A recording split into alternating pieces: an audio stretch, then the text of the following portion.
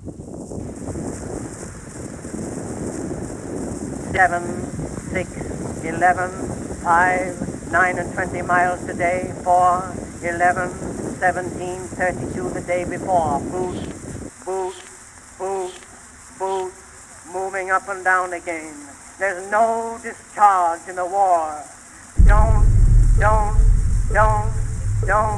look at what's in front of you. Boost, boost, boost, boost, moving up and down again. Men go mad with watching them. There's no discharge in the war. If your eyes drop, they will get the top of you. Boost, boost, boost, boost, moving up and down again. There's no discharge in the war. 7, 6, 11, 5, 4, 17, 32 the day before. कुछ चीज़ें होती हैं जो हम समझ नहीं पाते, हमें वो बहुत अजीब लगती है। ऐसा लगता है कि वो साइंस से परे है, लॉजिक से परे है। लेकिन ये बात एकदम सिंपल है। ज़मीन है, ज़मीन के नीचे कोयला है और कोयले में आग लगी है जो कि बुझ नहीं रही। कब से नहीं बुझ रही? पिछले 100 सालों से। बस इतनी सी बात है, और इतनी सी बात ने पूरी की पूरी दुनिया बदल के रख दी है, हजारों लोगों की दुनिया। ये है जरिया, झारखंड का एक शहर, और यहाँ 100 साल से ज़्यादा वक्त से ज़मीन जल रही है। और मैं आया हूँ यहाँ देखने के लिए कि आखिर कैसे दिखती है वो जगह जहाँ धरती खुद अपने आप को खा रही है।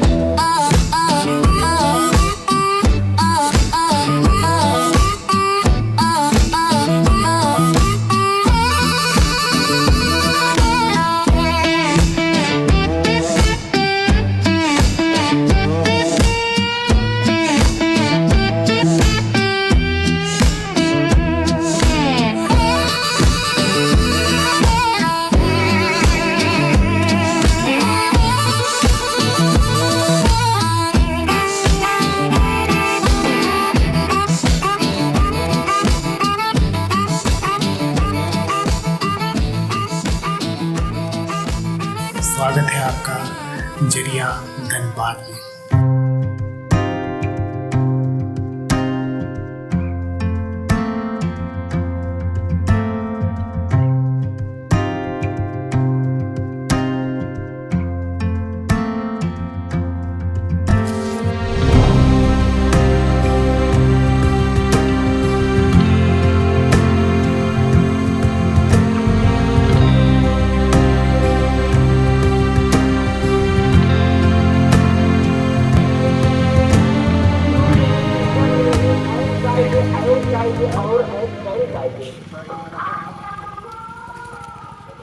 गवर्नमेंट बीटेक कॉलेज है। गवर्नमेंट बीटेक कॉलेज है।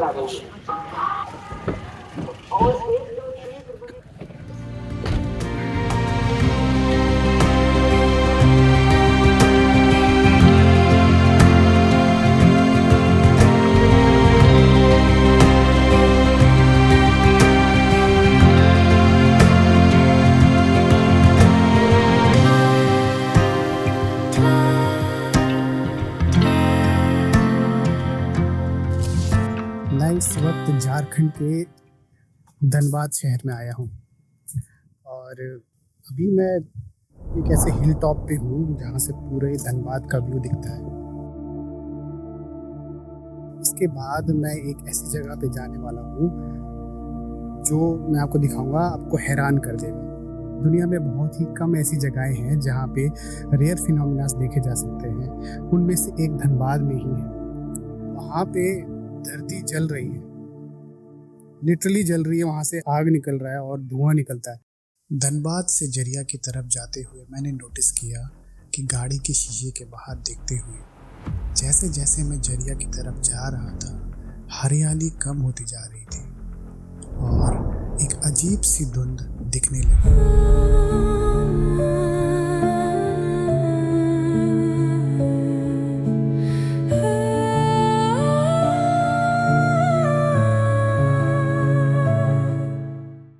280 वर्ग किलोमीटर में फैला जरिया कोलफील्ड एक भूगर्भीय चमत्कार है।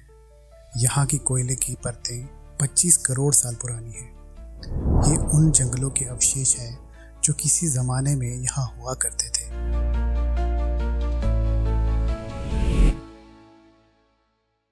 जरिया की कहानी शुरू होती है सन 1894 में, जब अंग्रेज़ वैज्ञानिकों ने दुनिया के सबसे बड़े कोयला भंडार में से एक की खोज की।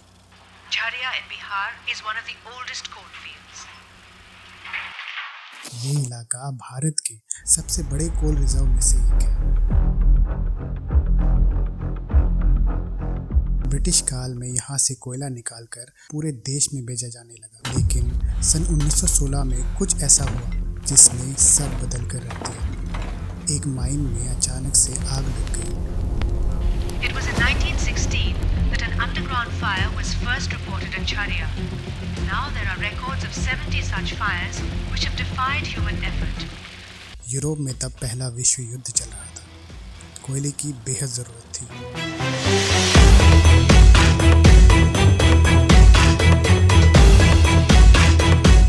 जरिया में तब खदानों का काम तेज़ हो गया। ज़्यादा गहरी खुदाई, लंबे घंटे, कम सेफ्टी। तरीका सीधा लेकिन असरदार था। कोयला निकालो, छत को सपोर्ट देने के लिए कोयले के पिलर छोड़ दो और गहरे जाओ। लेकिन जल्दबाजी के चक्कर में लापरवाही हो गई। जब खुली खदानों में कोयला हवा के संपर्क में आता है तो उसमें मौजूद मिनरल्स का ऑक्सीडाइजेशन होने लगता है। यह प्रक्रिया गर्मी पैदा करती है और धीरे धीरे यह गर्मी आग में बदल जाती है। ज़मीन के नीचे कोयले की परतें एक दूसरे से जुड़ी होती हैं, तो आग को फैलने का रास्ता मिलता गया। There are almost 2,000 million tons of coal, nearly 40 million tons of which have been lost in underground fire. यहाँ आकर सबसे पहली चीज़ जो मैंने महसूस की वो थी गर्मी। ज़मीन गर्म थी, सड़कें गर्म थी और कुछ जगहें तो ऐसी थी जहाँ पर खड़े होना भी मुश्किल था। मेरे नीचे ये धरती लिटरली जल रही है भाई।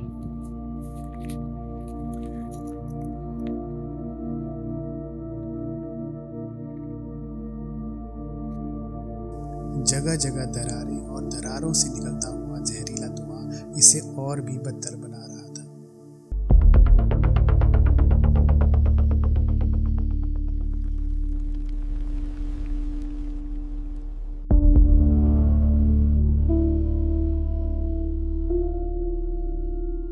लेकिन असली तस्वीर तब दिखी जब मैंने वो घर देखे जो इस आग की वजह से खाली हो चुके थे।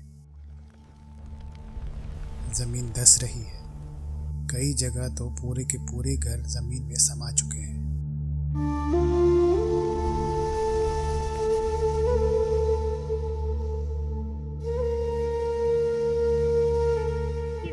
पूरा घर तो पूरा मतलब गिला सा है। मिट्टी भी गिला से, मिट्टी भी नहीं सूखता है, तो घर भी देना चाहिए ना, तो घर भी नहीं। घर में पानी गिर रहा है तुम्हारे। हाँ, घर में फैलता है।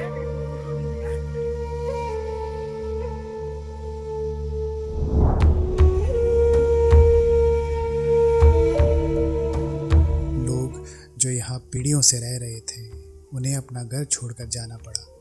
सोचो, एक दिन तुम्हें कोई बताए कि तुम्हारे घर के नीचे आग जल रही है, ज़मीन खोखली है और कभी भी धंस सकती है। क्या करोगे? कहाँ जाओगे? यहाँ के लोगों के साथ भी यही हो रहा है।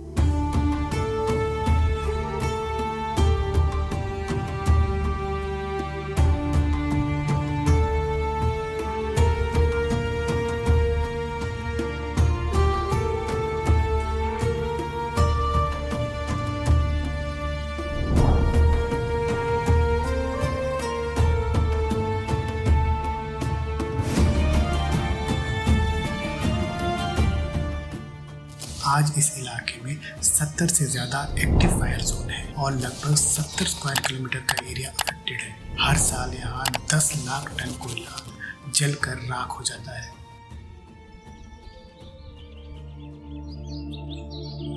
इस आग का असर सिर्फ ज़मीन पर नहीं है।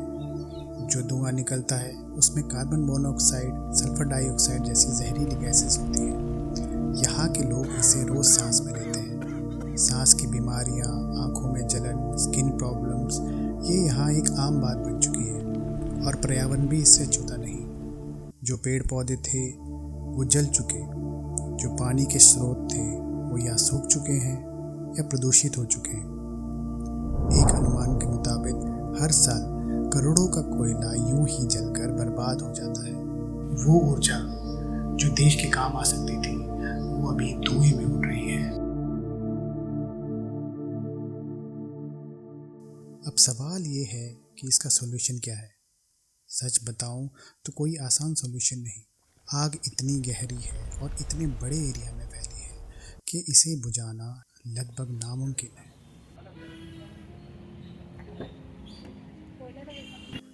जरिया से वापस लौटने के बाद बहुत कुछ सोचता रहा। हम अक्सर डिज़ास्टर की बातें करते हैं, अर्थक्वेक, फ्लड, साइक्लोन, लेकिन जरिया एक स्लो डिज़ास्टर है। ये रोज़ थोड़ा थोड़ा करके लोगों की ज़िंदगियाँ खा रहा है।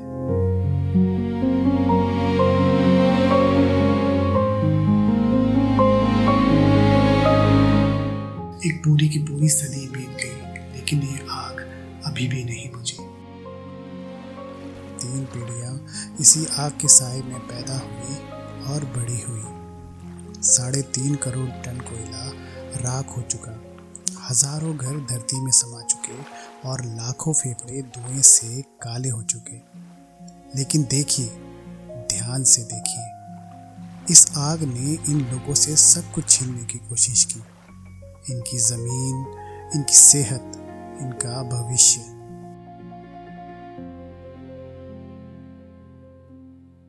लेकिन एक चीज़ जो छीन नहीं पाई वो है जीने की जिद। हम गिर सकते हैं, टूट सकते हैं, जल भी सकते हैं, लेकिन हार नहीं सकते, क्योंकि जब तक सांस है जीने की जिद है, और जब तक जीने की जिद है उम्मीद है। ये है जरिया जो 100 साल से जल रही है।